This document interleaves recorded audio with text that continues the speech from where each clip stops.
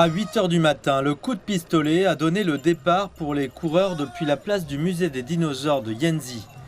Les participants ont traversé plusieurs sites emblématiques des villes de Yanzi et Longding.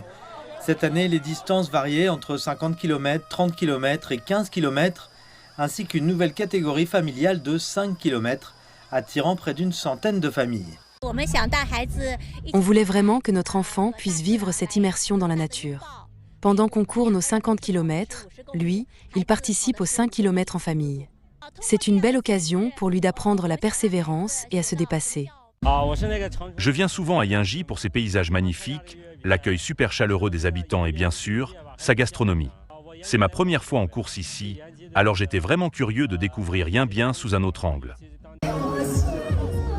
La course s'appuie sur les richesses géographiques et touristiques de Yanbian, notamment son patrimoine lié aux dinosaures et sa spécificité culturelle, puisque c'est la seule préfecture autonome coréenne de Chine. Cet événement, c'est vraiment un bon mix entre la préservation de l'environnement et le développement économique.